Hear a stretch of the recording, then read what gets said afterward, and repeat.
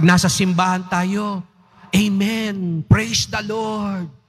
Parang hindi ka makabasag pinggan. Pero pag nasa bahay ka na o nasa opisina ka na, napakarahas mo. Pag nasa sumainyo ang Panginoon at sumairi ang pagpapahayag ng mabuting balita ng Panginoon ayon kay San Mateo. Papuri sa iyo, Panginoon. Noong panahong iyon, sinabi ni Jesus, sa aba ninyo mga eskrib at mga pariseyo, mga mapag-imbabaw, katulad ninyo'y mga libingang pinaputi, magaganda sa labas, ngunit sa loob ay puno ng kabulukan at buto ng mga patay. Ganyang-ganyang kayo. Sa paningin ng tao, mabuti kayo, ngunit ang totoo, punong-puno kayo ng pagpapaimbabaw at kasamaan. Sa aba ninyo mga eskrib at mga pariseyo, mga mapag-imbabaw, ipinagtatayo ninyo ng mga libingan ng mga propeta at ginagaya ka ng mga puntod ng mga taong namuhay ng matuwid. At sinasabi ko sa inyo, kung kami sana'y nabuhay sa kapanahunan ng aming mga ninuno, hindi namin ipapapatay ang mga propeta. Sinasabi niyo yan, inaamin ninyong kayo'y mga anak ng mga nagpapatay sa mga propeta. Sige, tapusin ninyo ang pinasimulan ng inyong mga ninuno.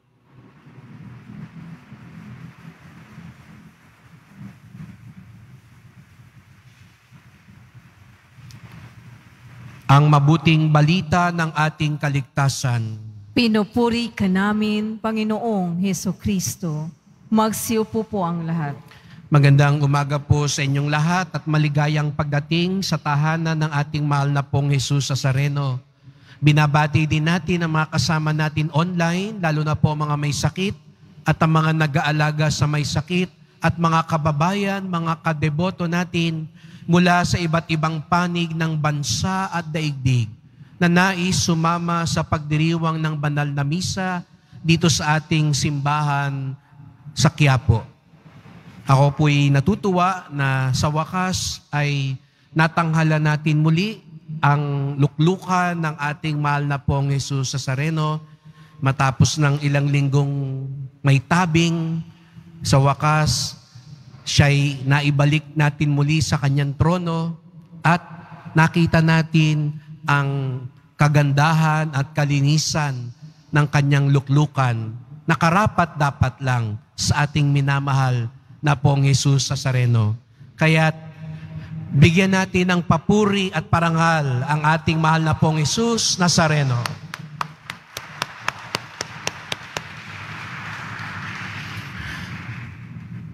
At napakaganda po. Ngunit sana maging babala din yung nakikita nating kagandahan. Tiyempo naman sa Ebanghelyo ngayon, medyo mainit pa rin ang ulo ni Jesus Nazareno sa mga eskriba at pariseyo at sinabi niya at binalaan niya, huwag kayong tutulad sa mga eskriba at pariseyo dahil para daw silang mga libingang pinaputi, magaganda sa labas, ngunit sa loob ay puno ng kabulukan at buto ng mga patay.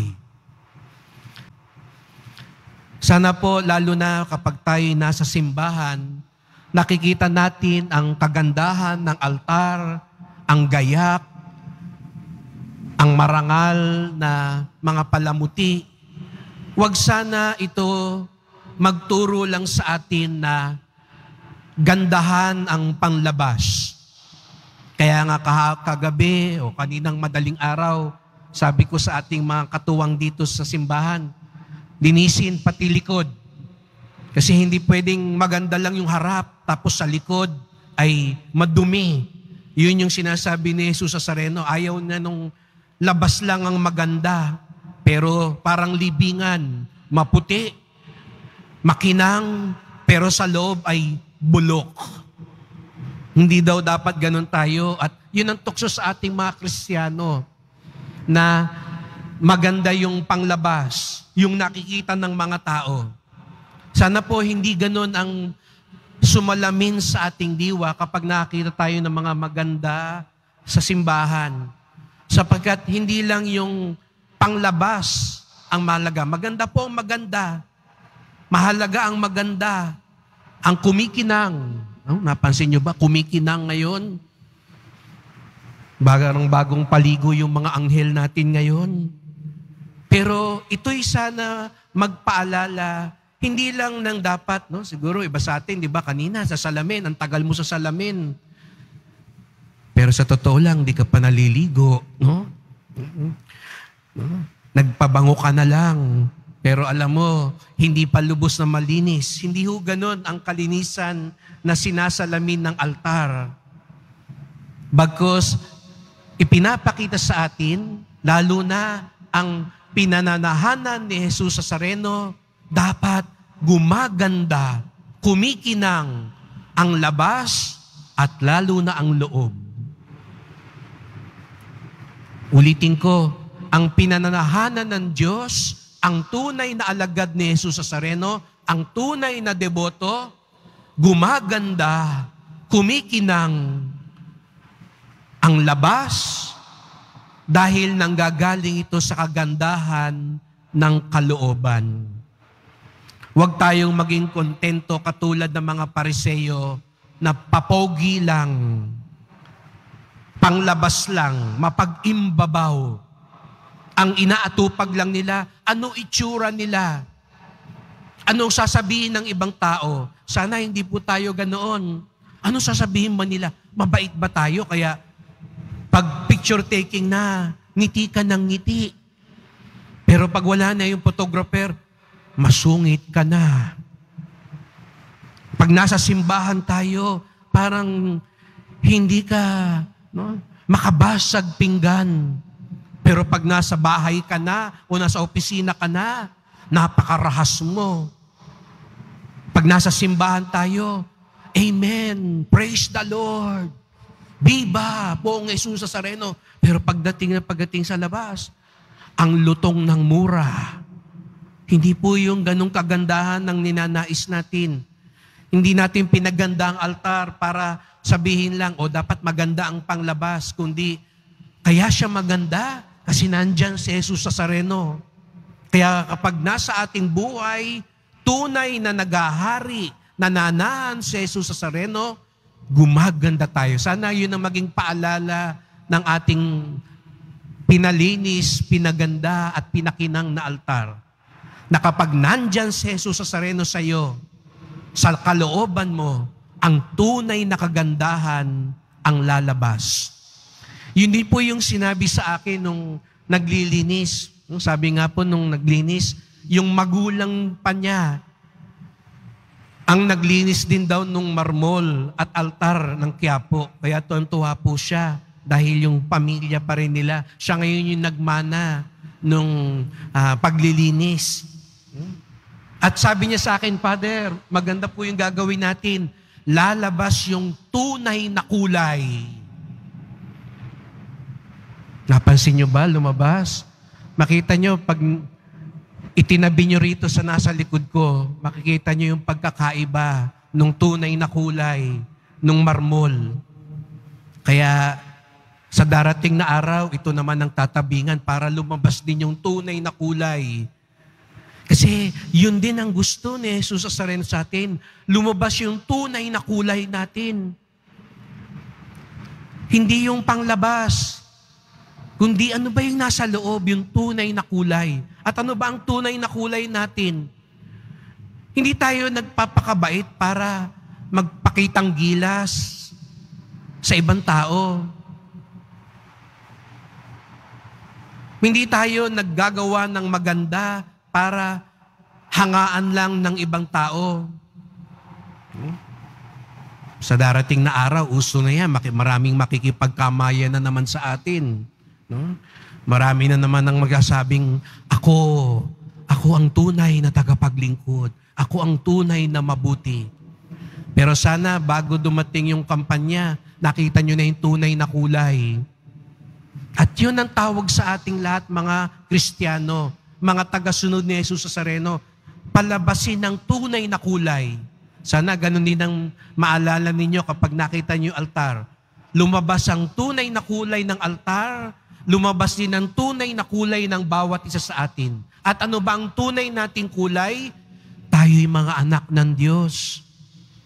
Likas sa atin ng kabutihan, hindi para magpalabas, kundi yun yung biyayang ipinagkaloob sa atin simula pa nung tayo'y binyagan.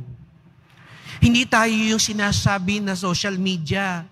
Di ba, laging naririnig natin minsan, magpakatotoo ka lang.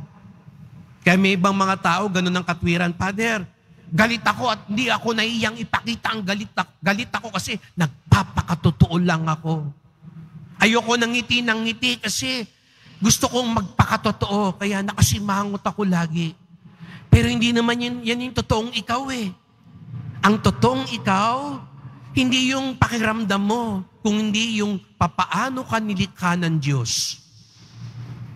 Kaya nga, sa unang pagbasa, nakita natin na paano sinabi ni San Pablo, kami ay tapat, mabuti at ganap sa pakikitungo sa inyo. Sapagkat ganoon tayo nilikha ng Diyos. Nilikha tayo ng Diyos na maging magalang, maging mapagmalasakit, maging matulungin, maging mapaglingkod.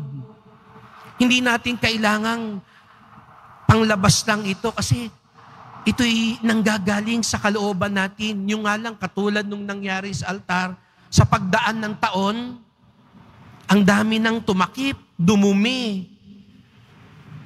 Diba? Kaya tinanggal natin yung mga libag.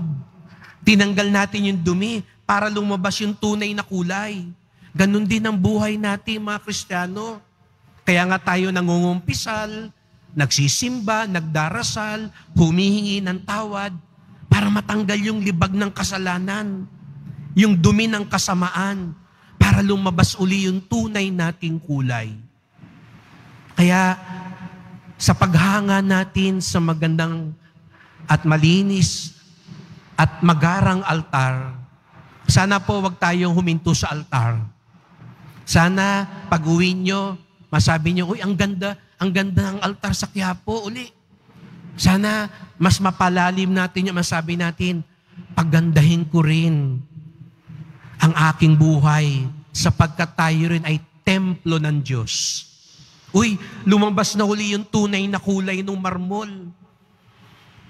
Sana lumabas din yung tunay na kulay natin bilang mga anak ng Diyos, bilang kapatid ni Jesus Nazareno.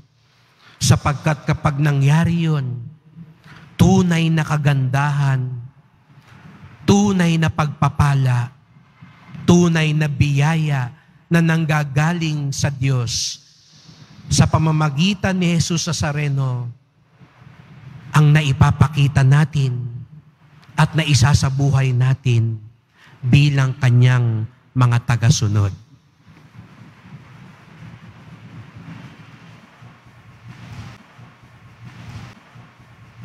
Mag